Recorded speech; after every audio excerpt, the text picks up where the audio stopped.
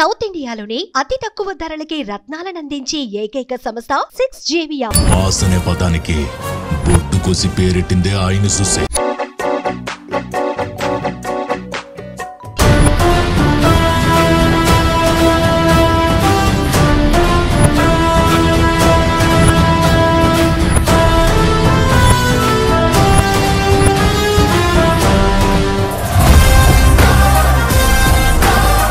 చాలా మూవీస్ ఉన్నాయి కదా, అందులో ఏ సినిమా చూసి బాగా ఇన్స్పైర్ అయ్యారు? ఆయన నటించిన ప్రతి ఒక్క సినిమా మాకు చాలా చాలా మంచి సినిమాలే. ఒకప్పుడు చిరంజీవి గారు బ్లడ్ బ్యాంక్ పెట్టినప్పుడు రక్తం ఇవ్వాలంటే భయపడే రోజులు చాలా ఉన్నాయి. అలాంటి ఈ రోజు రక్తం ఇవ్వడానికి కొన్ని లక్షల మంది వస్తున్నారంటే దానికి ఏకైక స్ఫూర్తి ద మెగాస్టార్ చిరంజీవి గారు. జీవితమే ఒక ఆట, సాహసమే పూబాట. అభిమానులకు ప్రాధాన్యం ఇచ్చే కుటుంబం అంటే ఏదైనా ఉందంటే ఒక మెగాస్టార్ కుటుంబమే. ఏదైనా నాకు నచ్చితేనే చేస్తా, నచ్చితేనే చూస్తా. సో అంటే త్వరలో ఇప్పుడు చిరంజీవి గారి బర్త్డే రాబోతుంది, మరి బర్త్డేకి ఎట్లాంటి ప్రోగ్రామ్స్ అన్ని ప్లాన్ చేయబోతున్నారు మీరు? కొన్ని సంవత్సరాలు చేస్తున్నాం మేడం, వారం రోజులు చేస్తాం మేడం వారోత్సవాలు.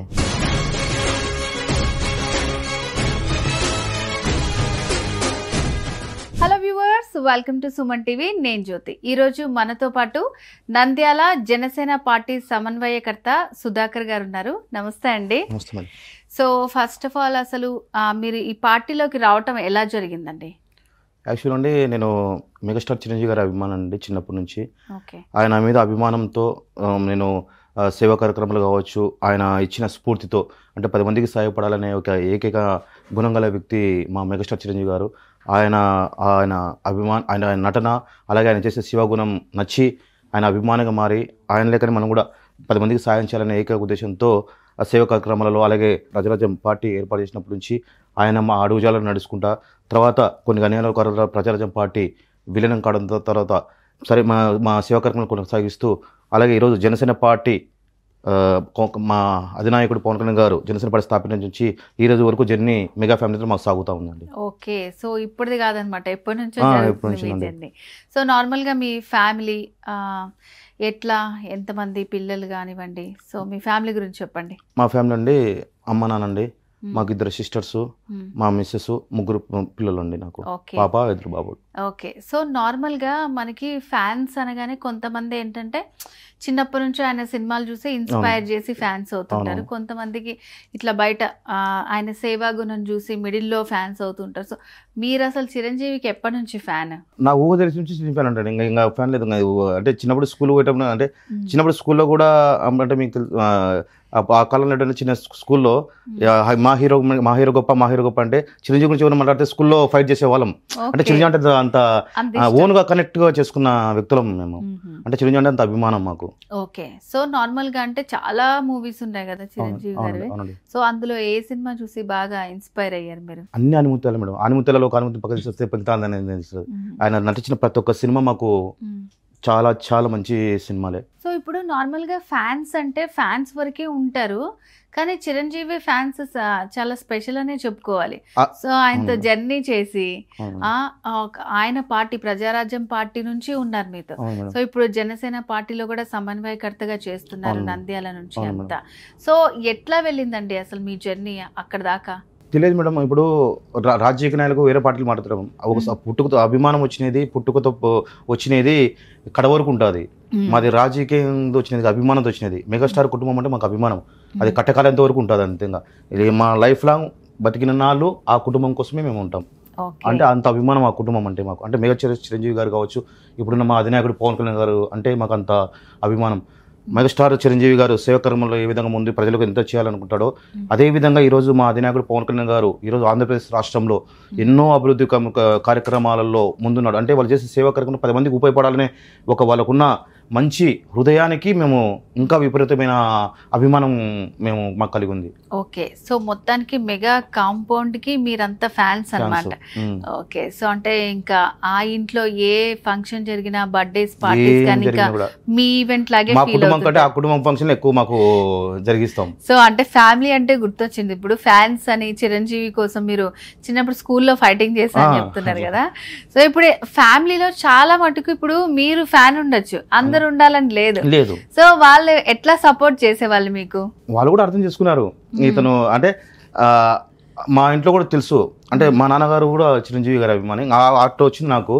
కాబట్టి ఆయన చేసే సేవకర్మాలు మనకు తెలుసు కాబట్టి చూస్తున్నారు కాబట్టి వాళ్ళు, ఆయన రక్తదానం కావచ్చు. ఈ రోజు ఒకప్పుడు చిరంజీవి గారు బ్లడ్ బ్యాంక్ పెట్టినప్పుడు రక్తం ఇవ్వాలంటే భయపడే రోజులు చాలా ఉన్నాయి. అలాంటి ఈ రోజు రక్తం ఇవ్వడానికి కొన్ని లక్షల మంది వస్తున్నారంటే దానికి ఏకైక స్ఫూర్తి ద మెగాస్టార్ చిరంజీవి గారు. కొన్ని లక్షల కోట్ల మంది ప్రాణాలు ఈ రోజు వచ్చినాడు. ఒకప్పుడు రక్తం ఇవ్వాలంటే ఏదో ఏం జరుగుతుంది, రక్తం ఇస్తే ఏమవుతుందో, మనకి ఏమైనా అనారోగ్యం పాలవుతామని భయపడే రోజులు ఆ కాలంలో రక్తం ఇస్తే ఏం కాదు అనేది నిరూపించిన వ్యక్తి ఒక చిరంజీవి గారు. అలాంటి సేవ కొన్ని కోట్ల మంది ప్రాణాలు కాపాడిన వ్యక్తికి మనం సపోర్ట్ ఉన్నప్పుడు కుటుంబం కూడా సపోర్ట్ చేస్తారని నేను అనుకుంటున్నాను. ఆ విధంగా మా కుటుంబం కూడా సపోర్ట్ చేస్తా ఉంది. సో అంటే ఇప్పుడు మెగా కాంపౌండ్ నుంచి ఏ ఈవెంట్ అయినా నంద్యాలలో ఎలాంటి ప్రోగ్రామ్స్ అనేది మీరు కండక్ట్ చేస్తుంటారు? అఖిల భారత చిరంజీవి అధ్యక్షులు రమేశ్వర నాయుడు గారు ఆయన ఆధ్వర్యంలో ఏ కార్యక్రమం పిలిపించినా కూడా ఆ కార్యక్రమం దిగ్విజయంగా మా నంద్యాలలో 100% మేము చేస్తాం. రక్తదాన సేవా కార్యక్రమాలు కావచ్చు, 10 మందికి సాయం చేయడం కావచ్చు, ఎనీ సేవా కార్యక్రమాలు, ప్రతి సేవా కార్యక్రమంలో 100% ఆయన పేరు మీద మేము చేస్తూనే ఉంటాం. కొన్ని సంవత్సరాల నుంచి నడుస్తున్న జర్నీ అది సేవా కార్యక్రమాలలో. సో ఇప్పుడు సేవ చేయడం అంటే అంత ఈజీ కాదండి, అది ఖర్చుతో కూడుకున్న పనే. సో ఒకరికి నలుగురికి చిన్నగా మనం హెల్ప్ చేయాలన్నా మన చేతిలోంచి డబ్బు తీసి ఇవ్వాల్సిందే. సో మీకు అక్కడ నుంచి రమణస్వామి గారు కానీ సో వాళ్ళ నుంచి ఎలాంటి ఏమైనా సపోర్ట్ ఉంటుందా? మీరు ఇట్లా గ్యాదర్ చేసుకుని చేస్తారా? ఎట్లా హెల్ప్ చేస్తారా? అసలు నేను చిరంజీవి గారి అభిమానం అయిన తర్వాత యాక్చువల్గా నేను చిన్న నుంచి మేడం ఆయన స్ఫూర్తితో ఆయన అభిమానిగా మారిన తర్వాత నాకున్న లోకల్ పరిచయాల ద్వారా రియల్ ఎస్టేట్ చేసి కానీ, అంటే నేను ప్రజారాజ్యం పార్టీలో ఉన్న వ్యక్తిని కాబట్టి, అంటే చిరంజీవి అభిమానంతో ప్రజల పార్టీ ప్రజారాజ్యం పార్టీలో చేరినప్పుడు అక్కడ లోకల్ ఉన్న ఒక మా అన్నగారు ఆయన సపోర్ట్ ద్వారా, అంటే కేవలం ప్రజారాజ్యం పార్టీలో చిరంజీవి అభిమాన ఏకైక అభిమాన సంఘాలు నాయకునే ఉద్దేశంతో నన్ను దగ్గర తీసుకొని ఈరోజు నేను చేసేది రియల్ ఎస్టేట్ వ్యాపారము, అలాగే ఒక ఆర్కే సీడ్స్ ఫ్యాక్టరీ ఉంది మాకు. అంటే నాకు తెలియకుండా ప్రత్యక్షంగా పరోక్షంగా నాకు చిరంజీవి గారు నాకు సపోర్ట్ చేసినట్టే. నేను చిరంజీవి గారి అభిమాని కాకుండా ప్రజారాజ్యం పార్టీలో లేకుంటే ఆ వ్యక్తి నన్ను పరిచయం చేసే వ్యక్తి కాదు, నన్ను పిలుచుకునే వ్యక్తి కాదు. ఈరోజు అంటే దేవుడు ఎంత సపోర్ట్ చేసినాడో, నా తల్లిదండ్రులు సపోర్ట్ చేసినాడో, ప్రత్యక్షంగా పరోక్షంగా 100% చిరంజీవి గారు నాకు సపోర్ట్ చేసినట్టే. నాలాగా ఆయన పేరు చెప్పుకొని ఆయన ద్వారా పరిచయం ద్వారా బాబులు చాలా చాలా మంది ఉన్నారు. ఈరోజు దేవుడు ఇంత ఇస్తున్నాడు, నాకు చేసిన దాంట్లో నేను సాయం చేసుకుంటూ వస్తున్నాను. సో ఆయన ఇట్లా డైరెక్ట్ గా చేయకపోయినా పరోక్షంగా 100%. ఇప్పుడు ప్రజారాజ్యం పార్టీలో నేను ఒక నాయకుని కాకపోతే ఒక వ్యక్తి నన్ను దగ్గర తీసుకునే వ్యక్తి కాదు, అంటే నంద్యాల ప్రముఖుల వ్యక్తి. అతను దగ్గర తీసుకొని నన్ను ఒక బిజినెస్ నేర్పించి నన్ను ఈరోజు వీళ్ళు ఉన్నాడు. అంటే చిరంజీవి బ్యాండ్ లేకుంటే నేను ఆయన దగ్గరికి వెళ్ళటం కాదు కదా, వెళ్ళకుంటే నా పరిస్థితి ఏ విధంగా ఉండో. సో అంటే మీది కూడా ఒక ఇన్స్పైరింగ్ స్టోరీ లాగే అనమాట. లైక్ అంటే నార్మల్ గా వర్కింగ్ వాళ్ళకి చూసే వాళ్ళకి ఫ్యాన్స్ అంటే ఎట్లా ఉంటది అంటే, ఓకే వీళ్ళు ఫ్యాన్స్ సినిమాలు రాగానే గోల చేస్తారు, అంతే అయిపోయింది, ఇట్లా గాలికి తిరుగుతూ ఉంటారు, ఇట్లాంటి ఒపీనియనే ఉంటది. సో మీరు వెల్ సెటిల్డ్, జస్ట్ ఆయన చిన్న సపోర్ట్ తోటి ఇంత దాకా వచ్చారంటే మామూలు విషయం కాదండి. సో ఫ్యాన్స్ లో మీరు ఒక ఇన్స్పిరేషన్ అనుకోవచ్చా? అంత పెద్ద మాట అనకపోవచ్చు, కానీ నాలాంటి చాలా మంది ఆయనకు తెలియకుండానే చాలా ఉపయోగాలు పనులు ఉన్నారు, చాలా మంది ఆయన ద్వారా బాగుపడిన ఉన్నారు మేడం. సో అంటే మీలాగా ఇప్పుడు నేను కూడా చిరంజీవి ఫ్యాన్ ని, అంటే ఒక యూనియన్ కానీ ఒక యూనిటీగా ఏర్పడిన తర్వాత చాలా మంది వస్తూ ఉంటారు. సో అందులో యూత్ యంగ్స్టర్స్ ఎక్కువ ఉంటారు. అలాంటి వాళ్ళందరికీ ఏం చెప్తుంటారు మీరు? అభిమానం అనేది ఇప్పుడు చిరంజీవి గారు కానీ పవన్ కళ్యాణ్ గారు కానీ ఏం చెప్తారు, ప్రతి ఒక్క మీటింగ్లు కానీ, ప్రతి ఒక్క పార్టీ మీటింగ్ కావచ్చు, ప్రతి ఒక్క మామూలుగా అభిమాన సంఘాల మీటింగ్లు కావచ్చు, యువతకు కానీ ఏం చెప్తారంటే ముందు మీ కుటుంబాన్ని చూసుకుంటూ బాగుపడని చెప్తారు ఎవరైనా హీరోలు అందరూ.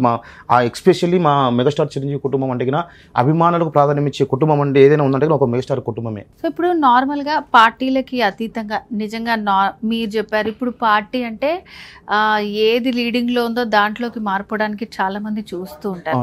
సో మీరు ఫస్ట్ నుంచి యాజ్ ఎ ఫ్యాన్ గా ఒకటే పార్టీలో ప్రజారాజ్యం నుంచి ఉన్నారు, ఇప్పుడు జనసేనలో కూడా కంటిన్యూ అవుతున్నారు.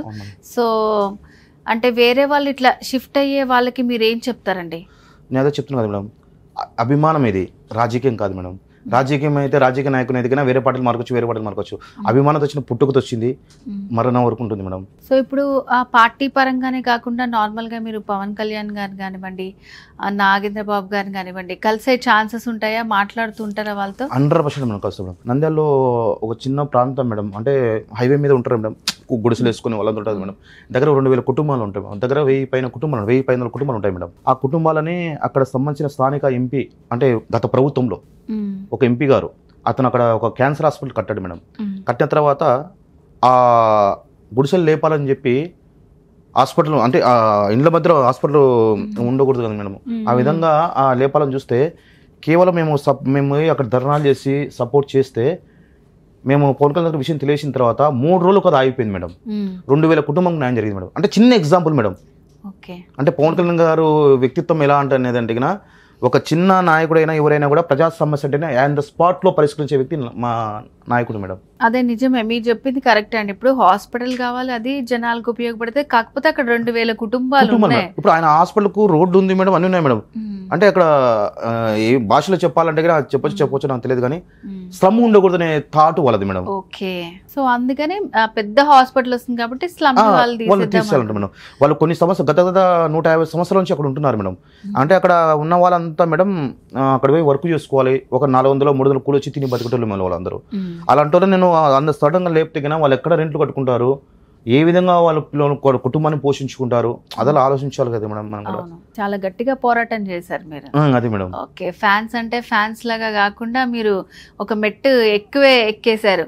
సో చాలా నేను కూడా విన్నానండి, కోవిడ్ టైంలో కూడా చాలా హెల్ప్ చేశారు ఆ ప్లేస్ లో అంతా కూడా. అవును మేడం, అప్పుడు కోవిడ్ టైంలో మేడం ఎవరు బయటికి రాని టైంలో మేడం యాక్చువల్గా అప్పుడు మెగాస్టార్ చిరంజీవి గారు ఈ సిలిండర్లు ఎన్నో సిలిండర్లు పంపించారు మేడం.